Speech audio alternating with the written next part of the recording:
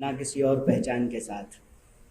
और भारत जोड़ो यात्रा की तरफ से सबसे पहले महाराष्ट्र, जो कि पुनर्जागरण की धरती है, संतों, महात्माओं, सामाजिक कार्यकर्ताओं, त्याग, तप, वीरता, सामाजिक आंदोलनों की भूमि है। इस भूमि को हम नमन करते हैं और ये बड़ा अच्छा संयोग है कि हमारी यात्रा, भारत जोड़ो यात्रा, नांदेड़ ज़िले में प्रवेश की है। और नांदेड़ के बारे में आप सब लोग जानते हैं कि भारत में धार्मिक सद्भाव और धार्मिक एकता का एक बेहतरीन उदाहरण नांदेड़ में देखने को मिलता है। मैं अपनी बात आपसे करूं उससे पहले दो सूचना आपसे साझा करना चाहता हूं। एक तो ये कि हमारे एक सहयात्री जो अपनी स्वेच्छा से वॉलंटियरली इस यात्रा में चल रहे थे, कल एक दुखद घटना में, रोड एक्सीडेंट में उनकी मौत हो गई सड़क पार करते हुए। हम इस प्रेस कॉन्फ्रेंस के माध्यम से उनके प्रति अपनी संवेदना व्यक्त करते हैं। और दूसरी जो सूचना ये है कि आज देश के पहले शिक्षा मंत्री, महान स्वतंत्रता सेनानी, भारत रत्न मौलाना अबुल कलाम आज़ाद साहब की जयंती है। और मैं समझता हूँ कि जब हम नांदेड़ में हैं और भारत जोड़ो यात्रा का जो एक सबसे मजबूत और स्पष्ट मैसेज है, संदेश है कि हम किसी भी तरह की नफ़रत और समाज को बांटने वाली सोच, विचारधारा और राजनीति के विरुद्ध हैं। सामाजिक एकता, सद्भाव, मोहब्बत, प्रेम, भाईचारा, यही इस यात्रा का संदेश है। तो आज का दिन जब हम मौलाना अबुल कलाम आज़ाद साहब को याद कर रहे हैं, तो कुछ चीज़ें हम लोगों को अपने दिमाग में दोबारा लाने की ज़रूरत है। एक तो ये कि आप सब जानते हैं कि जिन्ना प्रैक्टिसिंग मुसलमान नहीं थे, लेकिन उन्होंने मुस्लिम पहचान की राजनीति की। और मौलाना अबुल कलाम आज़ाद एक इस्लामिक स्कॉलर थे, लेकिन आज़ाद भारत में उन्होंने मॉडर्न एजुकेशन को एस्टेब्लिश किया। और उनका एक मशहूर कोट है कि दिल से दी गई शिक्षा समाज में क्रांतिकारी बदलाव लाती है। ना उन्होंने धर्म को मेंशन किया, ना उन्होंने खैरात को मेंशन किया, ना उन्होंने भीख को मेंशन किया। दिल से दी गई शिक्षा मतलब राज्य यदि अपने नागरिकों को शिक्षा एक बुनियादी अधिकार के रूप में प्रदान करती है, तो उससे समाज में क्रांतिकारी बदलाव आता है। और ये धरती है संत तुकाराम जी की, महात्मा फूले की, डॉक्टर बाबा साहब भीमराव अंबेडकर की, छत्रपति शिवाजी महाराज की। आप किसी के भी जीवन को देखेंगे तो एक जो मूल चीज़ आपको देखने को मिलेगा वो है शिक्षा का महत्व। और ये हमारे जीवन में एक क्रांतिकारी बदलाव लेकर आया है। जब हम कहते हैं कि महाराष्ट्र पुनर्जागरण की धरती है, तो इसके पीछे जो सबसे बड़ा योगदान है वो है शिक्षा का, वो एजुकेशन का एक बहुत बड़ा रोल है। हम लोग जब अपने देश के पहले शिक्षा मंत्री के बारे में बात कर रहे हैं, तो हमको ये याद रखना चाहिए कि इस यात्रा के ऊपर सबसे ज़्यादा जो बीजेपी कीचड़ उछाल रही है, उसमें एक धब्बा जो लगाने का वो प्रयास बार बार कर रही है कि भारत तो पहले से जुड़ा हुआ है, भारत को कांग्रेस ने विभाजित किया। ये झूठ वो बार बार बोल रहे हैं। आप मीडिया के साथी हैं, आपसे वो अक्सर अपने सवाल जवाब में ये बात कह रहे हैं, नहीं तो उनके पास व्हाट्सएप की एक बहुत बड़ी इंडस्ट्री है जिस पे वो झूठ चलाते हैं।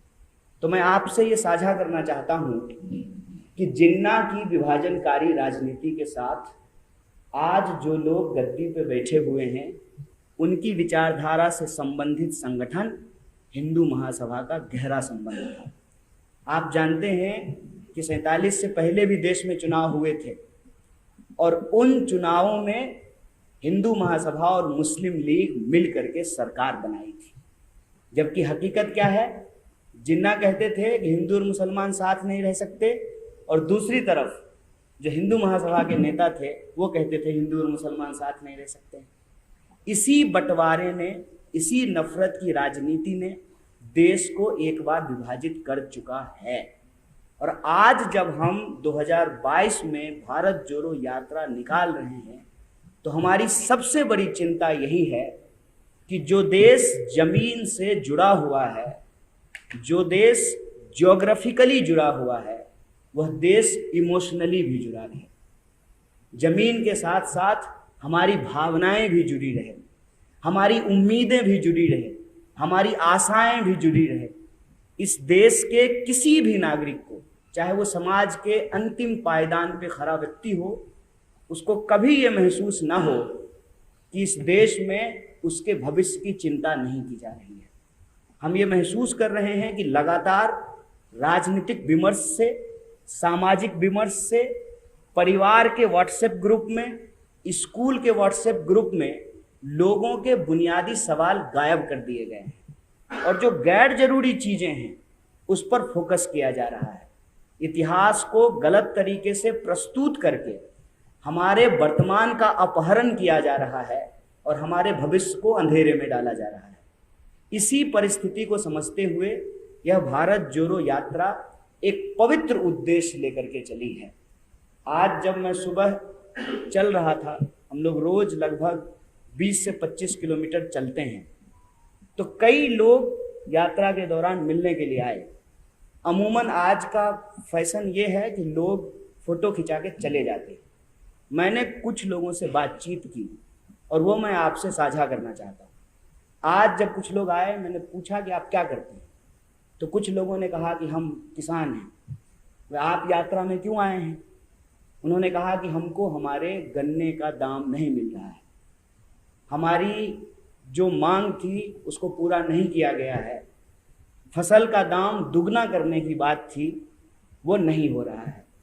कुछ ऐसे नौजवान थे जो कॉरपोरेट में नौकरियां करते थे इसी इलाके के, और घर से बहुत दूर जा कर के औरंगाबाद में उन्होंने इंजीनियरिंग की पढ़ाई की, MBA की पढ़ाई की, और लॉकडाउन के बाद जो है वो जब वर्क फ्रॉम होम कर रहे थे, अचानक एक दिन कॉल आया और उनसे उनकी नौकरियां छीन ली गई। कुछ ऐसी महिलाएं थी जिन्होंने साफ साफ कहा कि हम इस यात्रा में चल रहे हैं क्योंकि लगातार किचन चलाना, घर बार चलाना मुश्किल होता जा रहा है, पूरा का पूरा हमारा बजट बिगड़ गया है। जब हम ये सवाल पूछ रहे थे तो इसी बीच उनमें से एक यात्री ने पूछा कि आप क्यों चल रहे हैं? हमने कहा कि हम इसलिए चल रहे हैं कि इस देश के लाखों करोड़ों लोग रोज अपना जीवन जीने के लिए चलते हैं। हम तप करके, और राहुल जी बार बार एक शब्द का इस्तेमाल कर रहे हैं, तपस्या का। तपस्या क्या होता है? जब कोई चीज तपता है, कहते हैं ना कि सोना तप कर ही खड़ा होता है, तो वो पक्का होता है, वो मजबूत होता है। और आप महाराष्ट्र के लोग हैं, आप जानते हैं कि आपके यहाँ एक से एक तपस्वी पैदा हुए। उन्होंने अपने जीवन में त्याग किया, तपस्या की, और आपके हाथ में एक बहुत बड़ा विरासत दिया है कि आप गर्व से कह सकते हैं कि आप महाराष्ट्र की धरती से आते हैं, आपका जन्म इस महान भूमि पे हुआ है। उस मायने, उस मतलब को हम समझने के लिए चल रहे हैं कि जो दर्द हम महसूस करते हैं, उस दर्द में और कितने ऐसे नौजवान हैं जो शामिल हैं, जो शरीक हैं। और हम ये महसूस कर रहे हैं कि नौजवान चाहे बिहार का हो या नौजवान महाराष्ट्र का हो, जो सरकार की योजनाएं हैं उसके चलते उनका भविष्य अंधकार में जा रहा है। यहाँ भी ऐसे नौजवान मिले जो NCC में थे या किसी प्राइवेट आर्मी एकेडमी में ट्रेनिंग लिए हैं। उनको लगता है कि उनको अब आर्मी में नौकरी नहीं मिल सकती है क्योंकि सरकार नौकरियां खत्म कर रही है। और मेरी उस बात से वो सहमत होते हुए नजर आए कि आपके बच्चे की नौकरी की गारंटी नहीं है, और अमित शाह जी का बेटा BCCI का सेक्रेटरी बन गया है, और वो सेक्रेटरी बना रहे इसलिए कानून में भी परिवर्तन किए जा रहे हैं। और मजेदार बात यह है कि प्रधानमंत्री चुनावी रैलियों में खड़ा होकर के परिवारवाद पे भाषण देते हैं। ये जो देश की गंभीर परिस्थिति है, इस परिस्थिति में भारत जोड़ो यात्रा का एकमात्र लक्ष्य है कि अगर समाज में नफरत होगा, अगर समाज में डर होगा, अगर समाज में गुस्सा होगा, तो समाज के लोग आपस में लड़ेंगे। समाज के लोगों को इकट्ठा होकर के गरीबी के खिलाफ लड़ने की जरूरत है, छुआछूत के खिलाफ लड़ने की जरूरत है, महंगाई के खिलाफ लड़ने की जरूरत है, बेरोजगारी के खिलाफ लड़ने की जरूरत है। लेकिन समाज अगर पहचान के आधार पर एक दूसरे से लड़ता रहेगा, अगर देश एकजुट नहीं होगा, तो फिर देश प्रगति कैसे करेगा। यही इस यात्रा का लक्ष्य है। और इस यात्रा की सबसे बड़ी खास बात यह है कि जब हम राज्य दर राज्य, कदम दर कदम आगे बढ़ते जा रहे हैं, तो जो बात आपने सुनी होगी, जो बात आपने किताब में पढ़ी होगी, उन बातों को हम अपनी आंखों से देख रहे हैं कि यह देश अलग अलग होते हुए भी कितना एक जैसा है। आपको भाषा अलग मिल सकती है, बोली अलग मिल सकती है। मुझे यहाँ आकर के ही पता चल चुका है कि 200-250 किलोमीटर चलने के बाद ही मराठी में ही परिवर्तन हो गया है। पूरे महाराष्ट्र में एक सी मराठी नहीं बोली जाती। तो आप सोच लीजिए कि जब हम राज्य दर राज्य गुजर रहे हैं, तो कितने तरह के भाषाओं में परिवर्तन देखा। लोगों की खान पान, बोली, विचार, जीवन जीने के तरीके, मकान और दुकान के बनाने के तरीके, ये देख करके लगता है कि यह देश इतना विविध है और इसकी विविधता इसकी ताकत है। इस ताकत को बचाए रखने के लिए इस देश के जो लोग, प्रेम करने वाले लोग, जिनको इस देश से मोहब्बत है, जिनको ये महसूस होता है कि कहीं ना कहीं उनकी उम्मीदें टूट रही हैं, उनकी आशाओं पे पानी फिर रहा है, उन सब से मैं ये अपील करना चाहता हूँ, ये गुजारिश करना चाहता हूँ कि आप खुद के लिए चलिए, आप अपने मुद्दे के लिए चलिए, आप अपने हाथ में वो मुद्दा लिख करके चलिए।